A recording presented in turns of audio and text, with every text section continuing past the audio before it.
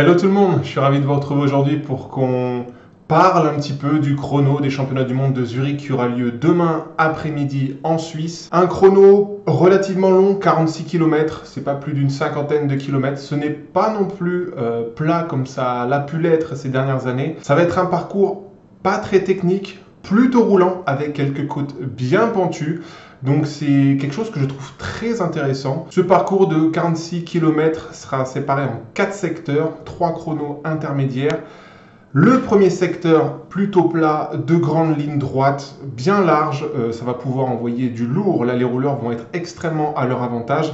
Ça devrait rouler à près de 60 km/h sur ces portions-là. Une fois passé le premier secteur, on a un deuxième secteur en 2 parties. La première partie de ce deuxième secteur, toujours plate, c'est la même chose que le premier secteur. Et par contre, dans la deuxième partie de ce deuxième secteur, on a cette grosse bosse qui va se faire en 2 parties. C'est plus qu'un faux plat montant, c'est une bosse, mais pas non plus très difficile. On va être autour de 5% de moyenne. Et en revanche, au milieu de cette bosse, on peut noter une petite rampe de 600 mètres à plus de 8%. Il y a moyen de faire des écarts sur ces 600 mètres, ça va être très intéressant de voir les écarts sur ce deuxième intermédiaire. On va savoir tout de suite si les mecs sont dans le rythme et également si certains rouleurs sont en difficulté dans cette portion-là. Une fois passé le deuxième intermédiaire, on entame le troisième secteur de ce chrono, une descente théoriquement pas très technique, il y a quand même 2-3 virages où voilà, on devrait prendre de la vitesse rapidement, attention à ne pas se mettre dans le décor, dans les petits pif-paf. Et une fois passé la descente, toujours dans ce troisième secteur, on va entamer des espèces de petites rampes à l'image de ce qu'on a en fin de deuxième secteur. Une rampe de 400 mètres à plus de 6%, une rampe de 200 mètres à plus de 7% et une dernière rampe de 200 mètres à plus de 8%. Donc trois petites côtelettes dans lesquelles il ne va pas falloir perdre le rythme, qu'il faudra plutôt passer, je pense, en vélocité. Ça sera difficile de les passer en injection malgré tout. Et on aura une deuxième petite descente pour se présenter au troisième intermédiaire et entamer le dernier secteur de ce chrono.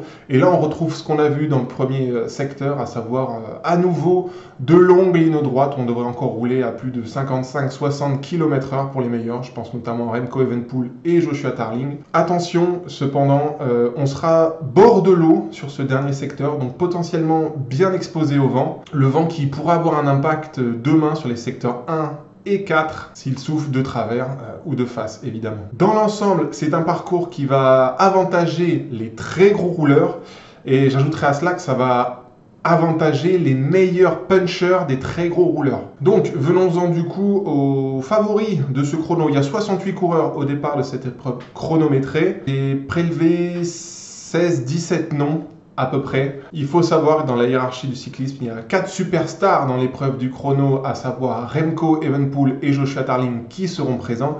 Et on ajoute à cela Wout van Aert et Filippo Ganna qui, eux, seront absents pour différentes raisons. Wout van Aert, il est tombé sur le Tour d'Espagne et sa saison est terminée depuis cette chute. Et dans le cas de Filippo Ganna, l'Italien ne trouve absolument pas la carburation en cette fin de saison, non partant sur la deuxième étape du Rene 8 Tours.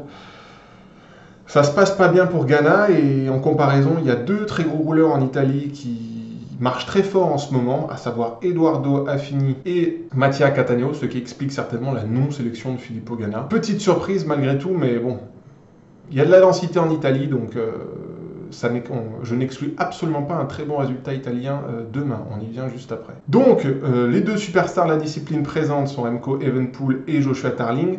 À cela, je vais ajouter une dizaine d'outsiders. Alors pour moi, il y a vraiment 4 très gros outsiders, à savoir les 2 Italiens, je vous en parlais un instant, Edoardo Affini qui a brillé sur le Tour d'Espagne, notamment sur le prologue, et qui est le récent champion d'Europe de l'épreuve chronométrée depuis maintenant une dizaine de jours.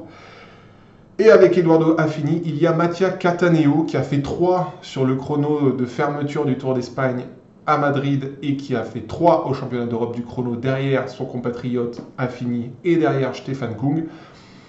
Les Italiens, ça va marcher très fort et il y a moyen d'aller chercher un très très bon résultat. Pourquoi ne pas voir 2 Italiens sur le podium? Et même pourquoi ne pas voir un Italien de champion du monde? Ça, c'est très possible. Aux côtés des Italiens, en tant que gros outsider, évidemment, il y a Stefan Kung, vainqueur du chrono à Madrid en clôture du Tour d'Espagne, deuxième des championnats d'Europe il y a 10 jours. C'est peut-être la chance cette année pour Stefan Kung. Il n'a jamais particulièrement brillé sur les championnats du monde du chrono, entendez par là qu'il ne les a jamais gagnés.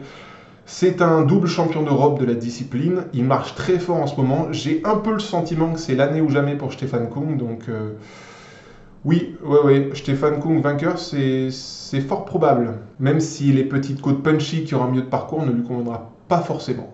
Mais il n'est pas seul dans ce cas-là. Et enfin, des 4 gros outsiders que j'ai notés, bien évidemment, j'ai Primož Roglič, le récent vainqueur du Tour d'Espagne, son 4e Tour d'Espagne. Alors, je ne sais pas trop ce que ça va donner Roglič, un peu à l'image un peu de tout le monde en fait, particulièrement de Remco Evenepoel et de Joshua Tarling, tout simplement parce que même si Roglič a enquillé un 4e Tour d'Espagne, eh bien il a été malade après ce Tour d'Espagne, et donc je ne sais pas trop dans quelles conditions se présentera le Slovène. Normalement, ça devrait bien marcher, il trouvera un parcours qui lui correspond bien, surtout en milieu de chrono. Maintenant, il devrait perdre du temps sur les secteurs 1 et 4 qui, eux, conviendront davantage aux gros rouleurs que sont Joshua Tarling et Remco Evenepoel. Et après ces 6 gros noms qui, logiquement, devraient se disputer le titre à Zurich demain, il y a une dizaine de noms que je ne veux pas oublier. Victor Campenaerts, compatriote de Remco Evenepoel, 6e au championnat d'Europe. Ça marche bien cette année de façon générale sur les chronos, je pense notamment au Tour de France. Lui qui a doublé Tour de France, Tour d'Espagne et en qualité. 6e du championnat d'Europe, donc oui, Campenaerts pour un top 5, c'est fort possible. Même chose pour Matthias Vacek qui a fait un très gros Tour d'Espagne, un bon prologue et un correct dernier chrono à Madrid. J'ajoute à cela, et c'est peut-être un peu surprenant au vu de ses chronos moyens sur le Tour d'Espagne, mais Jay Vine, parce que je trouve que l'Australien monte en puissance, ou en tout cas est bien monté en puissance sur le Tour d'Espagne, et je pense qu'il va trouver un parcours à sa mesure. 46 km, c'est une distance qui lui convient bien. Donc Jay Vine top 5 ou podium, c'est pas déconnant, bien au contraire. Et après, comme dans toute sélection, il y a des paires qui fonctionnent assez bien. Je vous ai parlé de Stefan Kung pour la Suisse, il y aura également Matthias Bissegger qui marche très fort en chrono. Il est à domicile. Maintenant, Bissegger, ces dernières années, c'est un peu compliqué dans cette discipline, donc on verra ce que ça donnera. Mais le Suisse est à domicile, donc pourquoi ne pas le voir briller? Et je pense quand même qu'il sera dans l'ombre de Stefan Kung. Pour les États-Unis, on a la paire Sheffield-McNulty. Alors, dans des conditions peut-être dissonantes. McNulty est tombé violemment sur le dernier Tour d'Espagne. Sur le dernier chrono à Madrid, c'était pas ça. Donc je ne sais pas ce que ça va donner. Ça reste quand même le vainqueur du prologue du Tour d'Espagne. Donc oui, je veux vous parler de McNulty au même titre que je vous parlais de Magnus Sheffield. Les deux Américains marchent fort dans la discipline et sont tout à fait à même d'aller chercher un top 10, voire top 5. Podium, ça me paraît compliqué, alors le titre... Vous imaginez que ce sera une surprise pour moi si les Américains s'emparaient du titre à Zurich demain. Côté portugais, les noms sont intéressants. João Almeida, Nelson Oliveira, ouais, ça roule bien sur le chrono. Maintenant, Almeida, on l'a plus vu depuis son abandon sur le Tour d'Espagne en fin de première semaine. Nelson Oliveira, c'est pas mal aussi. Maintenant, je pense qu'il n'est pas au niveau de la crème de la discipline. Donc, les Portugais peuvent jouer un top 10. Pas mieux, je pense. Côté norvégien, forcément, il y a Tobias Foss qui avait gagné les championnats du monde il y a 2 ans en Australie. Maintenant, Tobias Foss, cette année, chez Ineos, c'est vraiment pas terrible. Une victoire à noter en échappée sur le Tour des Alpes. Sinon, nada, et particulièrement dans la discipline chronométrée. Donc, j'attends rien spécialement de Tobias Foss demain. Mais voilà, je vous le cite quand même parce que ça reste un mec qui a gagné un championnat du monde. Et enfin, je conclus ma liste de favoris en vous parlant des 2 Français présents au départ de ce chrono. Bruno Armirail et Thibaut Guernalec. Alors, Thibaut Guernalec, il a fait un bon dernier chrono à Madrid. Très très correct. 16e à Madrid. C'est un coureur qui se développe gentiment dans la discipline. Le voir faire top 10, ça me paraîtrait être un résultat extraordinaire. Donc voilà, je pense que Thomas Voeckler a sélectionné pour que le garçon prenne un peu de caisse et découvre un petit peu les épreuves internationales, comme le sont les championnats du monde. Mais voilà, je pense qu'il est en mode découverte et qu'on n'a rien à attendre de particulier de Thibaut Guernalec. En revanche, pour Bruno Armirail, la situation est différente. C'est notre champion de France du chrono. C'est probablement avec Kevin Vauquelin nos 2 meilleurs hommes français sur cette discipline en 2024. Armirail marche très fort depuis la dernière semaine du Tour de France. Il a fait un bon Tour d'Espagne aux côtés de son leader Ben O'Connor. Un chrono très correct à Madrid, 10e. Maintenant, ça commence à faire long, le pic de forme de Bruno. Je m'attends un petit peu à ce qu'il soit pas à son meilleur niveau sur ce chrono-là. Pour moi, le top 10, c'est le résultat qu'on peut attendre de ce type de coureur avec la condition qui sera la sienne demain. Top 5, ce serait magnifique. Podium incroyable. J'y crois pas trop, mais voilà, ce seront deux coureurs français à suivre. Et on va espérer pour eux qu'ils fassent le meilleur résultat possible. Il y a de la concurrence cette année. Vous l'avez compris, dans l'ensemble, c'est un chrono que je trouve très ouvert, notamment parce que chez nos favoris, il y a beaucoup d'incertitudes sur les conditions de l'ensemble de ces coureurs. Encore une fois, Tarling a abandonné sur le Tour d'Espagne. Remco Evenepoel, ça marchait pas trop sur le Tour de Grande-Bretagne. Lui dit qu'il est en très bonne condition la veille de ce chrono. Roglic, ça marchait bien il y a quelques semaines, il était malade. Donc vous voyez, on peut avoir une surprise, on peut retrouver un peu les mêmes résultats qu'en 2022.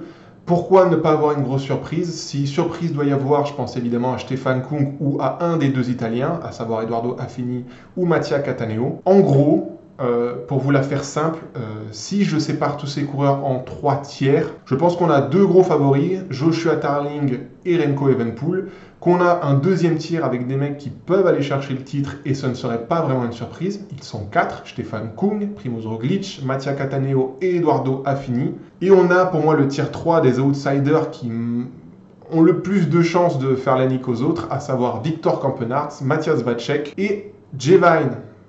Oui, je crois vraiment Jay Vine, j'insiste. Et puis vous avez ce ventre mou de 6-7 coureurs qui devraient se disputer un top 10, mais pas mieux, à savoir les 2 Américains Magnus Sheffield et Brandon McNulty, les 2 Portugais Oliveira et Almeida, Matthias Bisseger, Tobias Foss et Bruno Armirail. 16 noms donc pour un top 10. Allez, c'est tout pour moi pour cette avant-course du chrono de Zurich demain qui s'annonce passionnant. Encore une fois, c'est très difficile de sortir un nom du lot.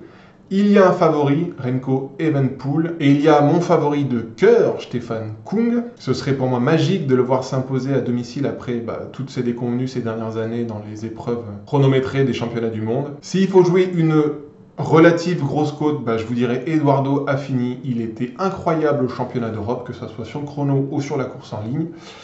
Et puis voilà, donnez-moi vos pronostics en commentaire. Je me ferai un plaisir de commenter tout cela avec vous. Et donc, on se retrouve demain pour débriefer cette épreuve. D'ici là, portez-vous bien, que le meilleur gagne. Et à demain. Bonne soirée, ciao.